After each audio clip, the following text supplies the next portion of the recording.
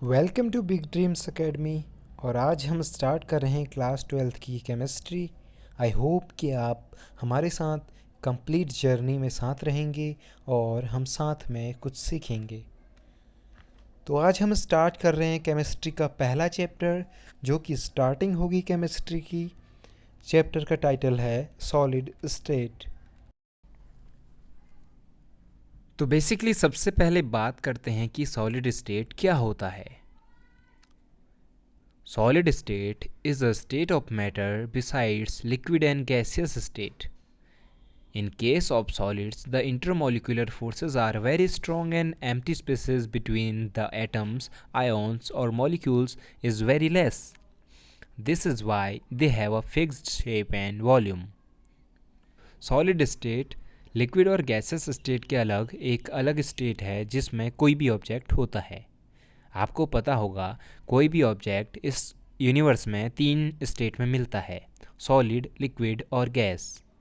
Solids में जो intermolecular forces होते हैं, मतलब इनके बीच में जो मॉलिक्यूल होते हैं उनके बीच में लगने वाला जो फोर्स होता है वो बहुत स्ट्रॉन्ग होता है। और सॉलिड्स में जो एटम्स या आयन्स या मॉलिक्यूल के बीच में जो एम्प्टी स्पेस होता है, यानी खाली जगह जो होती है, वो बहुत कम होती है। ये मॉलिक्यूल बहुत पास पास होते हैं।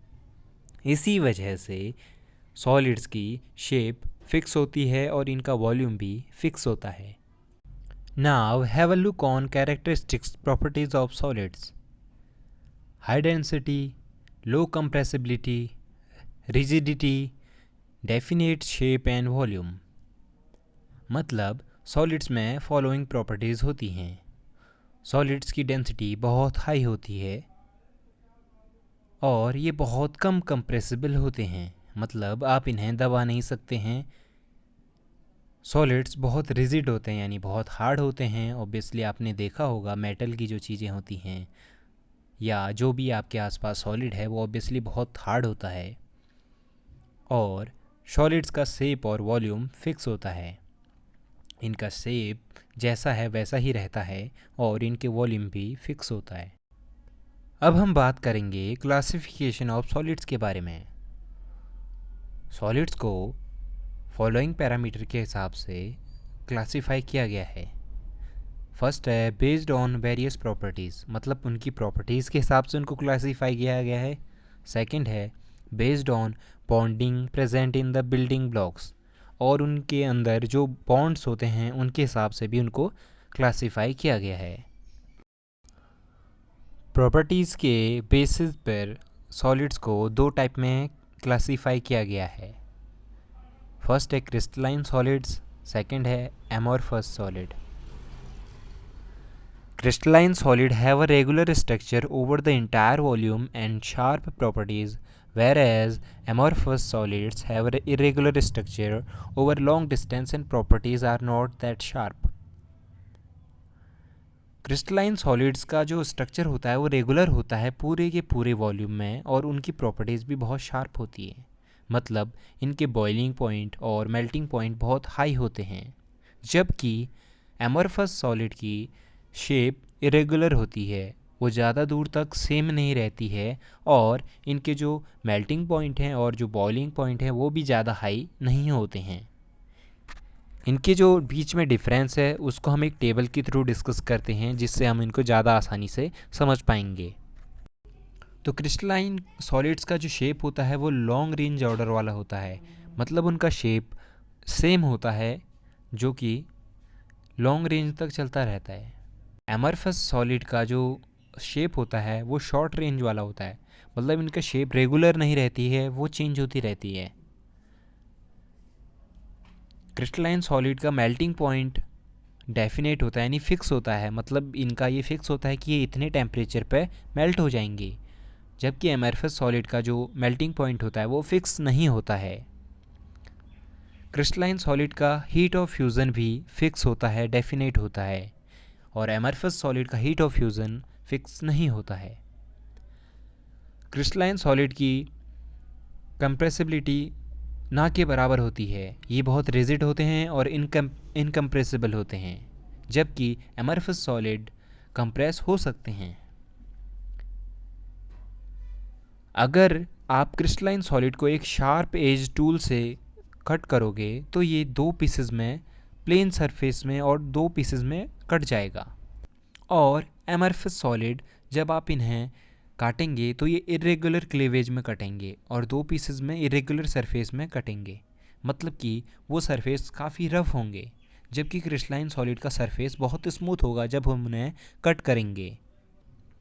क्रिस्टलाइन सॉलिड एनिसोट्रॉपिक होते हैं जबकि एमरफस सॉलिड आइसोट्रॉपिक होते हैं। क्रिस्टलाइन सॉलिड का वॉल्यूम अचानक से चेंज हो जाता है जब उन्हें मेल्ट किया जाता है।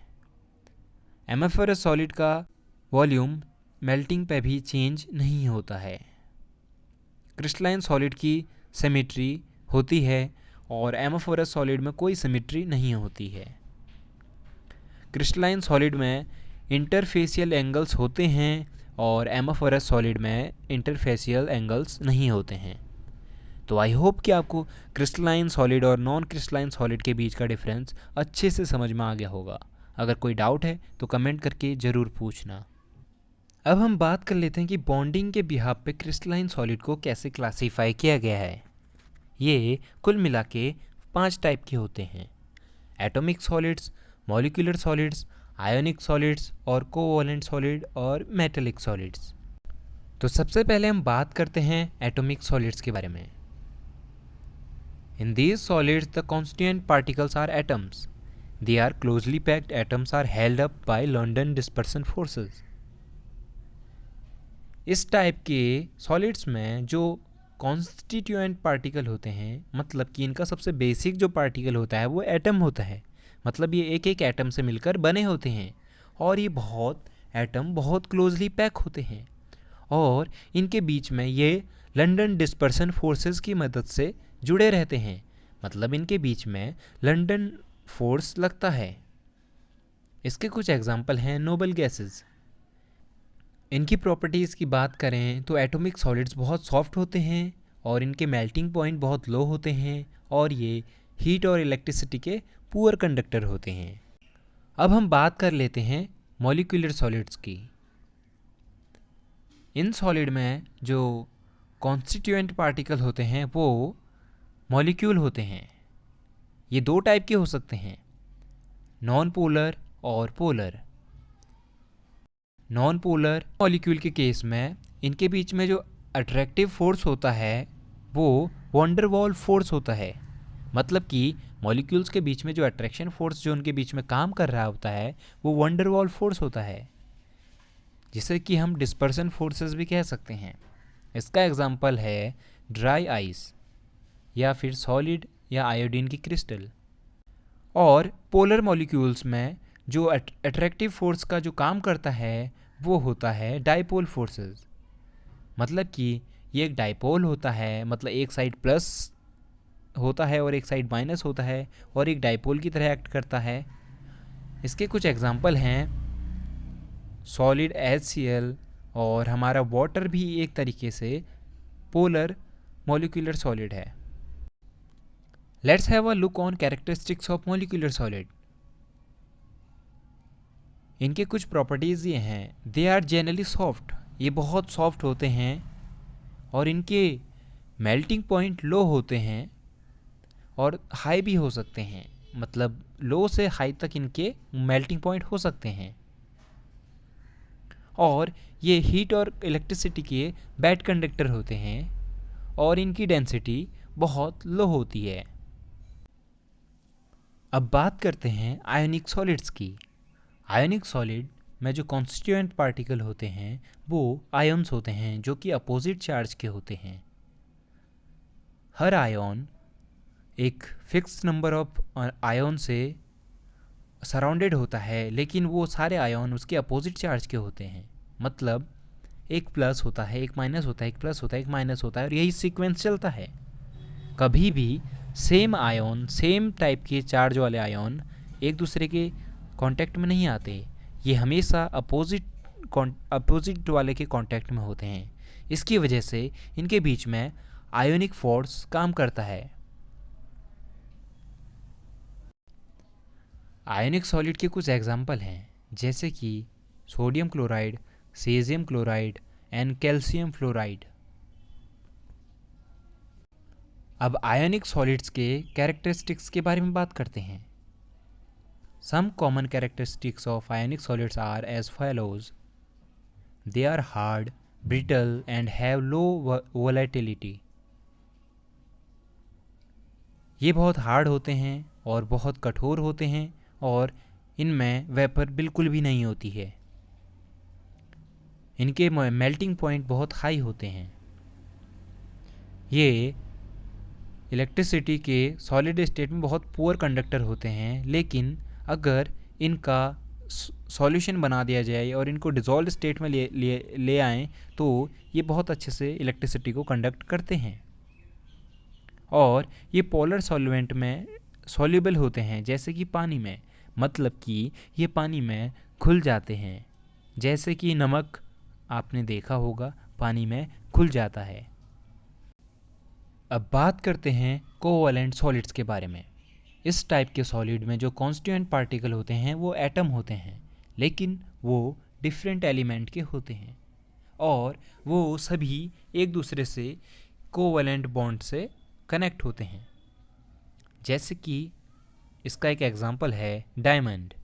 डायमंड कार्बन के अदर एटम से कनेक्टेड रहता है, वो भी एक कोवैलेंट नेटवर्क के थ्रू. कोवैलेंट सॉलिड के कुछ हम कैरेक्टरिस्टिक्स देख लेते हैं. They are very hard. Diamond is the hardest naturally according substance. ये बहुत हार्ड होते हैं, जैसे कि डायमंड इस नेचर में सबसे हार्ड सब्सटेंस है, मतलब सबसे ज़्यादा मजबूत इस पूरे नेचर में, जो खुद ही ऑकर होता है, मतलब खुद ही बनता है. They have very high melting points. They are poor conductor of heat and electricity. They have high heat of fusion. Melting point इनके बहुत ज़्यादा होते हैं. इलेक्ट्रिसिटी और हीट के ये पुअर कंडक्टर होते हैं और इनका हीट ऑफ फ्यूज़न बहुत ज़्यादा होती है. बात करते हैं मेटेलिक सॉलिड्स के बारे में. मेटेलिक सॉलिड्स में जो कॉन्स्टिट्यूएंट पार्टिकल होते हैं वो मेटल एटम होते हैं और इनके बीच में जो इंटर पार्टिकल फोर्सेस का काम करता है वो करता है मेटेलिक बॉन्ड. मतलब मेटेलिक बॉन्ड इनको बांध के रखता है. मेटेलिक सॉलिड्स के कुछ कैरेक्टरिस्टिक्स हम देख लेते हैं यहाँ पे. They are generally range from soft to very hard. They are malleable and ductile. They are good conductor of heat and electricity. They possess bright luster. They have high melting and boiling points. They have moderate heat of fusion. मतलब कि ये soft भी होते हैं और बहुत hard भी होते हैं और ये malleable होते हैं, मतलब आप इनको खींच कर इनके वायर्स बना सकते हैं. और ड्यूक्टाइल होते हैं, मतलब कि इनको पीट कर इनके चादरें बन जाती हैं.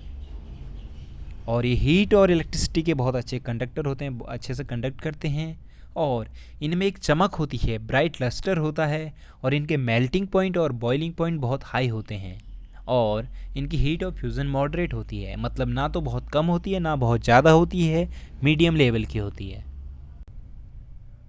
तो इस वीडियो में हम बस यहीं तक डिस्कस करेंगे. अब अगले जो टॉपिक्स हैं अब हम अगले वीडियो में डिस्कस करेंगे. आई होप कि आपको अच्छा लगा होगा. अगर कोई डाउट है तो कमेंट कर सकते हो नीचे. That's it for now. If this video is helpful to you, then do subscribe to Big Dreams Academy and check out more educational videos on Big Dreams Academy. Thank you for watching this video.